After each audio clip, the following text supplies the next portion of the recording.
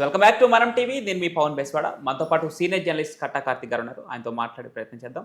నమస్తే. నమస్తే. ఈరోజు సిట్ ముందుకు విజయసాయి రెడ్డి ఒక సాక్షిగా రాబోతున్నారు. ఆయన కోసం ఒక 135 ప్రశ్నలు సిట్ బృందం రెడీ చేసినట్టు తెలుస్తుంది. అయితే ఆయన ఒక సాక్షిగా రాబోతున్నారు. ఈ మద్యం కుంభకోణంలో సాక్షిగా ఆయన ఎలాంటి నిజాలు బట్టబయలు చేయబోతున్నారు.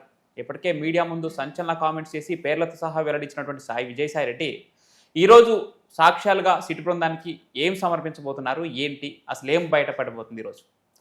గతంలో జగన్మోహన్ రెడ్డి గారికి సంబంధించిన 11 సిబిఐ 9 ఈడీ కేసుల్లో సహనిందితుడిగా విచారణ ఎదుర్కొని జగన్మోహన్ రెడ్డితో కలిసి జైలు జీవితాన్ని కూడా పంచుకొని A1 జగన్మోహన్ రెడ్డి, A2 విజయసాయి రెడ్డి పంచుకున్న విజయసాయి రెడ్డి తొలిసారి జగన్మోహన్ రెడ్డి పరిపాలనలో జరిగినటువంటి లిక్కర్ స్కామ్ మీద సిట్టు జరుపుతున్న విచారణలో సాక్షిగా ఇవాళ విచారణకు హాజరవుతున్నాడు. అతనికి 135 ప్రశ్నలు స్పందించడానికి సిట్టు రెడీగా ఉంది. మరి ఫస్ట్ టైం సాక్షిగా వెళ్తున్న విజయసాయి రెడ్డి గారు గతంలో జగన్మోహన్ రెడ్డి గారు A1గా ఉన్నప్పుడు A2గా ఎలా అయితే ఉన్నాడో ఆ జగన్మోహన్ రెడ్డి గారి దొంగతనాన్ని బయట పెడతాడా, జగన్మోహన్ రెడ్డి గారి విషయాలు చెప్తాడా? ఎందుకంటే అంతఃపుర రహస్యాలు తెలిసినటువంటి వ్యక్తి జగన్మోహన్ రెడ్డి గురించి A నుంచి Z వరకు అన్నీ తెలిసిన వ్యక్తి.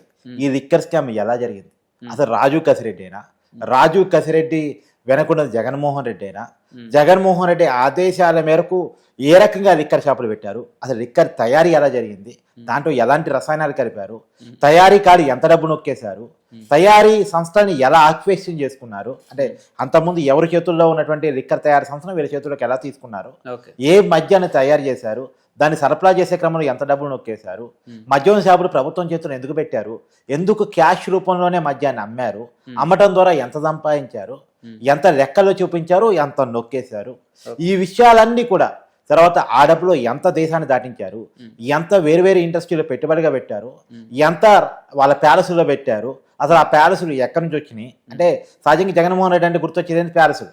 హైదరాబాద్లో లోటస్ పండు, తాడేపల్లి ప్యాలెస్, తర్వాత ఇవాళ అధికారంలోకి వచ్చి ఉంటే వైజాగ్లో రుషికొండ ప్యాలెస్, బెంగళూరులో బెంగళూరు ప్యాలెస్, చెన్నైలో ప్యాలెస్, ముంబైలో ప్యాలెస్, లండన్లో ప్యాలెస్. సరే జగన్మోహన్ రెడ్డి గారు అనగానే మనకు గుర్తొచ్చే ప్యాలెస్లు. ఆ ప్యాలెస్లో ఏ ప్యాలెస్కి ఎంత డబ్బు పోయింది, ఇప్పుడు జగన్మోహన్ రెడ్డి గారు తాడేపల్లి ప్యాలెస్లో ఎంత డబ్బు ఉంటుంది, బెంగళూరు ప్యాలెస్లో ఎంత డబ్బు ఉంటుంది, ఆ డబ్బు ఎక్కడ జగన్మోహన్ రెడ్డి గారు దాస్తారు. ఇప్పుడు విజయసాయికి 4,000 కోట్ల రూపాయలు పోయాయని చెప్పేసి పార్లమెంట్లో లావు శ్రీకృష్ణదేవరాయలు గారు చెప్పినటువంటి మాటల్లో ఉన్నటువంటి నిజమెంత? సో మరి దుబాయ్కి 2,000 కోట్లు పడితే దుబాయ్లో ఎవరికి ఇచ్చారు, ఆఫ్రికాకి 1,000 కోట్లు పడితే ఆఫ్రికాకి ఎవరికి ఇచ్చారు, లండన్కి 1,000 కోట్ల రూపాయలు పడితే లండన్లో ఎవరికి ఇచ్చారు? ఇది రావు శ్రీకృష్ణదేవరాయలు తెలిసిన సమాచారం 4,000 కోట్లు అయితే అతను తెలియని సమాచారం ఇంకెంత ఉంది, ఇంకెంత డబ్బు బయట దేశాలకు పోయింది? ఈ విషయాలన్నీ కూడా విజయసాయి రెడ్డి నోరిప్పితే బయటకు వస్తాయి. మరి నోరిప్పుతాడా విప్పడా అనేది క్వశ్చన్. ఇక్కడ దీంతో పాటు అంటే డబ్బు వ్యవహారంతో పాటు ఎంత ఈ కుంభకోణం జరిగిందనేతో పాటు ఎంతమంది ప్రజలు ఆరోగ్యాలు పడాయి, ఎంతమంది మరణించారనేది కూడా సిట్టు వెల్లడించే అవకాశం ఉందనుకోవచ్చు. అంటే వీళ్ళు ఏ రకమైన మద్యాన్ని తయారు చేశారు, ఇందా నేను చెప్పినట్టు దాంట్లో ఏ రసాయనాలు ఏ కెమికల్స్ కలిపారు అనేది కూడా చెప్పగలిగితే దాని ద్వారా ఒక అంచనా వచ్చి ప్రమాదం ఏ మేరకు ఉంటుంది అనేది. కాబట్టి ఆ మేరకు ఇతను చెప్తాడా లేదు, ఎందుకంటే ఇతనికి సంబంధించిన అల్లుడు డిక్షనరీ కూడా ఉంది, అదాని డిక్షనరీస్ అని ఇతనికి సంబంధించింది కూడా ఉంది. కాబట్టి మరి ఆ విషయాలు చెప్తాడా చెప్పడా తెలియదు. కానీ ఇప్పటి వరకు అయితే రాజు కసిరెడ్డి పేరు ఓపెన్ గా చెప్పేశాడు, మీడియా ముందు చెప్పేశాడు. లిక్కర్ స్కామ్ జరిగింది అని చెప్పాడు, జరగలేదని చెప్పలే.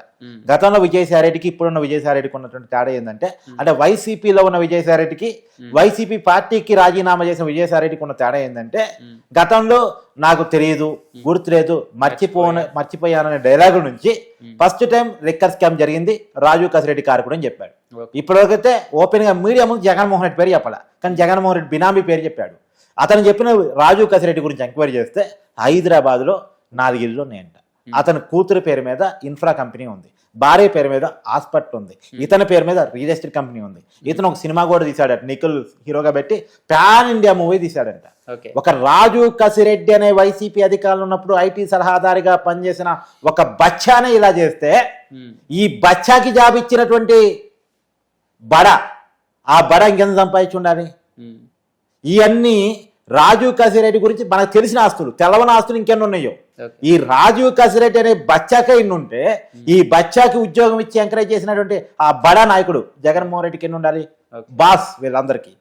కాబట్టి ఈ విషయాలన్నీ బయటికి రావాలి అంటే విజయసాయిరెడ్డి ఖచ్చితంగా నోరు ఇప్పి తీరాలి. ఓకే. మరి ఇప్పుతాడని సాక్షిగా సిట్టు ఆశించి పిలుస్తుంది. రైట్. అందుకనే నిందితుడిగా ఇన్నాళ్ళు ఉన్నావు, సాక్షిగా వచ్చావు. నువ్వు సాక్షిగా వచ్చావు అనుకో, చెప్పావు అనుకో, ఆ కేసుల్లో నీకు ఉపశమనం దక్కే అవకాశం ఉంటుందని ఏమైనా చెప్పిద్దా? ఇప్పుడు అదొక క్వశ్చన్. వాస్తవానికి ఏంటంటే అప్రూవర్ అనేది ఏ కేసులో అయినా చాలా important. For example Vivekananda Reddy గారి కేసు తీసుకో. ఆ కేసులో దస్తగిరి అప్రూవర్గా మారటం ఫలితంగానే ఇవాళ వైసీపీ ఎంపీ ఇరుక్కున్నాడు అవినాష్ రెడ్డి. ఓకే. లేకపోతే ఇరుక్కునేవాడు కాకపోయాడేమో. వాళ్ళు ఎంక్వైరీ సంస్థ సాక్ష్యాలు సేకరించి ఒకరిని కనిపెట్టి అరెస్ట్ చేయడం అనేది చాలా పెద్ద టాస్క్తో కూడిన పని. కానీ దస్తగిరి అప్రూవర్గా మారటం వల్ల కొంత ఈజీ అయింది. ఇప్పుడు ఎగ్జాంపుల్ ఢిల్లీ లిక్కర్ స్కామ్ తీసుకో. ఢిల్లీ లిక్కర్ స్కామ్ లో శరత్ చంద్ర రెడ్డి, అరుణ్ పిల్లే లాంటి వాళ్ళు అప్రూవర్గా మారటం వల్ల ఢిల్లీ సీఎంగా ఉన్న కేజ్రీవాల్ అరెస్ట్ అయ్యాడు. మనీష్ సిసోడియా ఢిల్లీ డిప్యూటీ సీఎం సంవత్సరాల పాటు జైల్లో ఉన్నాడు. కేసీఆర్ కూతురు బీఆర్ఎస్ ఎమ్మెల్సీ కవిత జైలు పాలైంది, తిహార్ జైల్లో గడిపింది. ఇవన్నీ మనకు తెలుసు. ఇవన్నీ జరిగింది ఎలా? అప్రూవర్గా మారటం వల్ల. ఇప్పటి వరకు జగన్మోహన్ రెడ్డి గారు అదృష్టం ఏంటంటే ఆయనకు సంబంధించి ఇందా చెప్పాను కదా 20 కేసులు అని చెప్పేసి, ఆ 20 కేసుల్లో ఎవరూ అప్రూవర్గా మారలా ఇప్పటి వరకు. ఆ జగన్మోహన్ రెడ్డి గారు అదృష్టం ఇప్పటి వరకు. కానీ ఇప్పుడు కనుక విజయసాయి రెడ్డి గారు అప్రూవర్గా మారి జగన్మోహన్ రెడ్డి గారి రాచకోట రహస్యాలు కనుక చెప్పటం మొదలు పెడితే జగన్మోహన్ రెడ్డి గారికి విచారణ సంస్థలు దబిడి చూపించే అవకాశం ఉంటుంది. సో వెంటనే నోటీసులు అందే అవకాశం ఉంటుంది. జగన్మోహన్ రెడ్డి కూడా విచారణ పిలిచే అవకాశం ఉంటుంది. ఎందుకంటే ఇప్పటి వరకు వినపడుతుంది రాజుకస్ రెడ్డి, మిథున్ రెడ్డి, వీళ్ళంతా బచ్చాలు. ఈ బచ్చాలకి జాబిచ్చిన బాస్ ఒకడు ఉన్నాడు, అది వాళ్ళ పార్టీ అధినేత జగన్మోహన్ రెడ్డి. సో అతని పేరు బయటకు రావాలంటే విజయసాయి రెడ్డి నోరిప్పాలి. ఓకే. ఇక్కడ విజయసాయి రెడ్డిని ఓన్లీ సాక్షిగానే సిట్ బృందం విచారిస్తుందా, లేదంటే అతని భాగస్వామ్యం కూడా ఈ మద్యం కుంభకోణంలో ఉందనే దిశగా కూడా అడుగులు వేస్తుందా? నిజానికి అతని భాగస్వామ్యం ఉంది అనేది మనందరికీ తెలిసిన వాస్తవమే, అది బహిరంగ రహస్యం. కానీ మరి ఎందుకు సిట్టు కేవలం సాక్షిగా పిలుస్తుందంటే విజయసాయి రెడ్డి కొన్ని రహస్యాలు బయట పెడతాడు. అతను నిందితుడిగా ఇరికించడం కంటే వాస్తవాలు తెలుసుకోవడం చాలా ఇంపార్టెంట్. ఎందుకంటే అతను ఒక నిందితుడిగా పిలిచినా ఆ నిందితుడు ఒక నిందితుడు మాత్రమే. అసలు బాసును పట్టుకోవాలంటే, ఈ నేర సామ్రాజ్యాన్ని పరిపాలిస్తున్నటువంటి పాలకుణ్ణి పట్టుకోవాలంటే, నేర సామ్రాజ్య అధిపతి రాజును పట్టుకోవాలంటే కొంతమంది మంత్రులను చూసి ఉన్నట్టు పోతూ వాళ్ళ నుంచి విషయాలు సేకరించాలి. ఎందుకంటే జగన్మోహన్ రెడ్డి గారి బలాలు, బలహీనతలు, ఆస్తులు, అప్పులు ఉండవులే కానీ అన్నీ తెలిసినటువంటి వ్యక్తి విజయసాయి రెడ్డి. అయితే ఇక్కడ తనతో అంటే ఎట్లాగా అప్రూవర్గా మారినా కూడా విజయసాయి రెడ్డి భాగవతం కూడా బయటపడుతుందని ఉద్దేశంతో ముందుగా ఒక జాతీయ పార్టీ హక్కున చేరదామని ముందుగానే ప్లాన్ వేసుకున్నాడు అనుకోవచ్చా? అంటే జగన్మోహన్ రెడ్డి కోసం చాలా సాక్రిఫైస్ చేశాడు, వాళ్ళ కుటుంబం కోసం చాలా బ్రెయిన్ వాడాడు.